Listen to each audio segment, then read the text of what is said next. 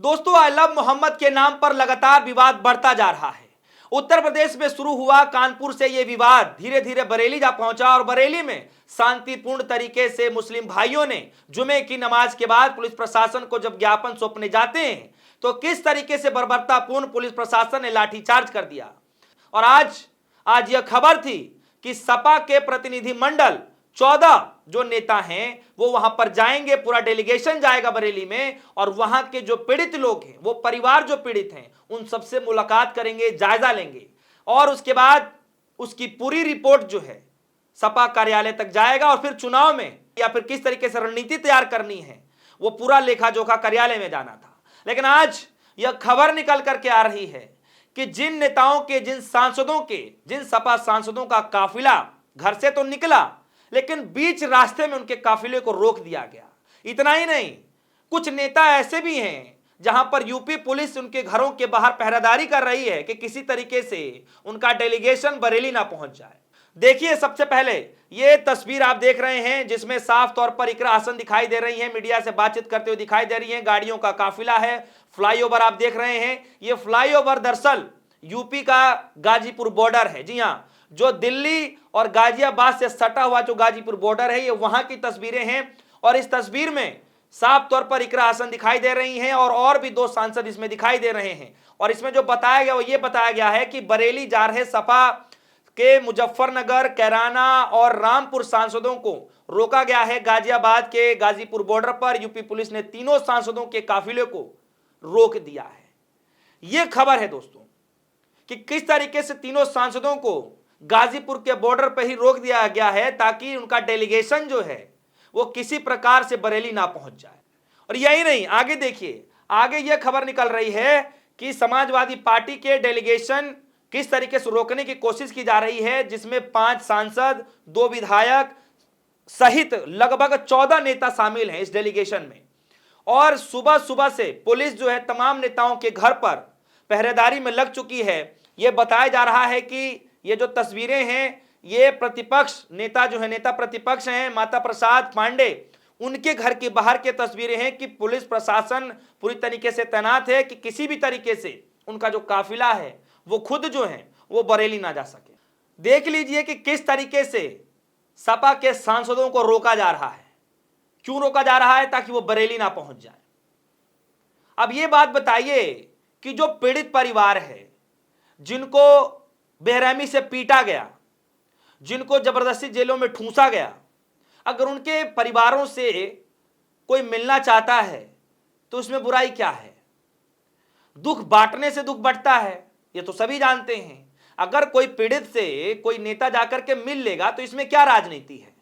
लेकिन यहां पर दोस्तों ये कहा जा रहा है कि राजनीतिक जो लोग हैं, जो पॉलिटिकल से जुड़े हुए लोग हैं, उस एरिया में नो एंट्री है। जी हां, ये बरेली प्रशासन का कहना है, सरकार का कहना है कि जितने भी पॉलिटिकल से जुड़े हुए लोग हैं उनका यहां पर नो एंट्री है।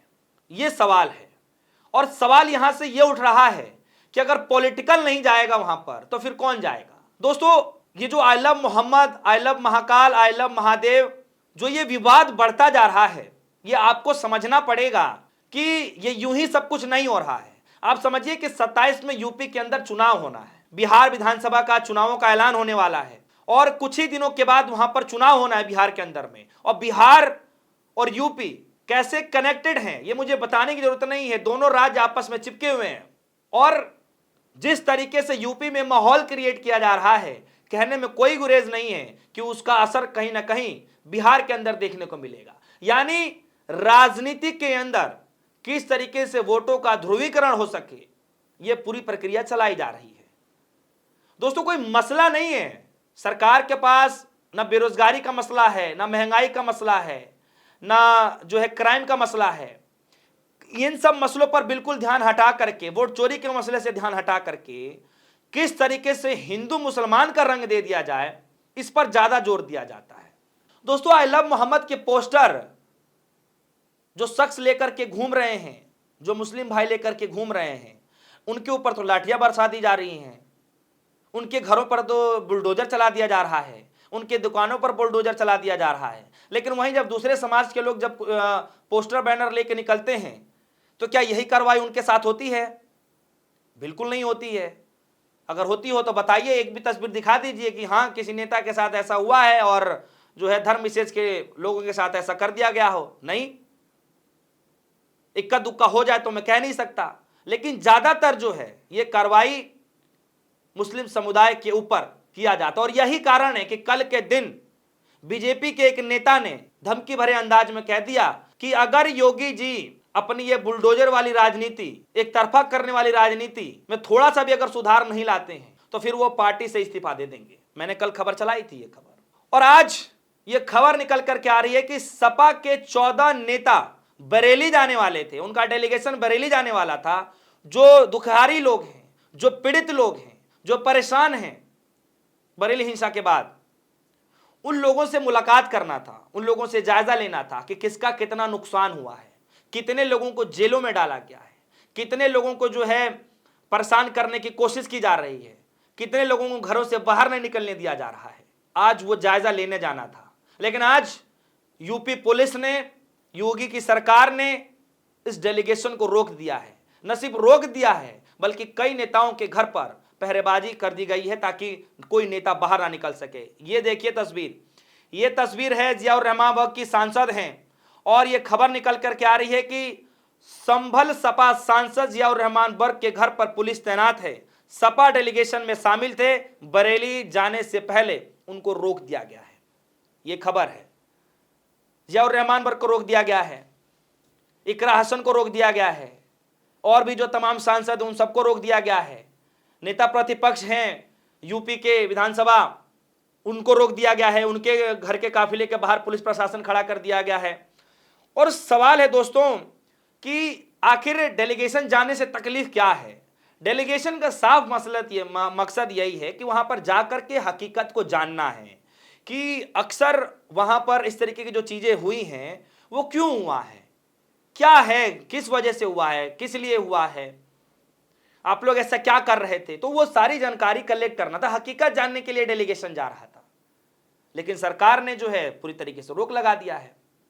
और दोस्तों यही मसला नहीं है कि सिर्फ सपा के सांसदों को पहली बार गाजीपुर के बॉर्डर पर रोक दिया गया है। याद करिए जब संभल में हिंसा हुआ था और तब प्रियंका गांधी, राहुल गांधी जी का काफिला जब दिल्ली से संभल की तरफ रवाना हुआ तो किस तरीके से गाजीपुर बॉर्डर पर उनके काफिलों को रोक दिया जाता है, उनको आगे जाने नहीं दिया जाता है। उस वक्त भी यही हालात थे, रोक दिया जाता है। तो ये सवाल है अपने आप में कि कोई नेता जाए तो आप राजनीति कह देते हैं, आप जो कर रहे हैं तो वो राजनीति में नहीं आएगा। कोई एक मुस्लिम व्यक्ति कहीं घर जाकर के ले ले हिंदुओं की बस्ती में तब तकलीफ हो जाती है, और ऐसे ढेरों एग्जाम्पल आ गए, बड़ोदरा से कई सारे एग्जाम्पल आ गए। और एक हिंदू जो है मुस्लिम बस्ती में जाने की कोशिश करता है जहां पर अलाउ नहीं है, तो उसको लेकर के फिर नया विवाद हो जाता है। तो इस तरीके कई सारे चीजें एक साथ निकल करके आ रही हैं, और आप सभी को समझना पड़ेगा कि I love Muhammad, I love Mahakal से लोगों को दिक्कत नहीं है, दिक्कत है सत्ता में बैठने वाले लोगों को। क्योंकि किस तरीके से असल मसले से, असल मुद्दे से लोगों को मन जो है, माइंड जो है डाइवर्ट किया जा सके, उसकी पूरी रणनीति चल रही है। और आप सभी को पता है कि आने वाले कुछ ही समय के बाद यूपी के अंदर चुनाव है, मसला कोई और नहीं है, दूसरा कोई बड़ा मसला नहीं है जिसको लेकर के सरकार उसको मुद्दा बना सके सिवा हिंदू मुसलमान के। और यही बिहार में होने जा रहा है, क्योंकि कोई बड़ा मसला नहीं है। राहुल गांधी ने जो कुछ खुलासा किया है जिसके बाद इनके पास कोई जवाब नहीं है, इसीलिए हिंदू मुसलमान घुसपैठियों का सहारा लेना पड़ रहा है। दोस्तों आप सभी के मन में क्या कुछ चल रहा है इस डेलीगेशन को लेकर? क्या लगता है कि सरकार डर चुकी है? क्या पुलिस प्रशासन डर चुका है कि ये डेलीगेशन जाएगा तो राजनीति होगी? क्या लगता है कि जो है चुनाव में कोई बड़ा हेरफेर हो सकता है? चुनाव के पहले की प्रक्रिया जो है पूरी तरीके से तैनात की जा रही है। तो आखिर ये डर किस बात का है, आपको ये बताना पड़ेगा। नेताओं के घर पर काफिलों को रोका जा रहा है, ये बताना पड़ेगा। नेताओं को घर से निकलने नहीं दिया जा रहा है, ये बताना पड़ेगा। और इस तरीके की कार्रवाई सरकार की तरफ से क्यों की जा रही है, आप अपनी राय जरूर बताइएगा। फिलहाल के लिए दीजिए इजाजत, देखते रहिए डिस्को न्यूज। धन्यवाद।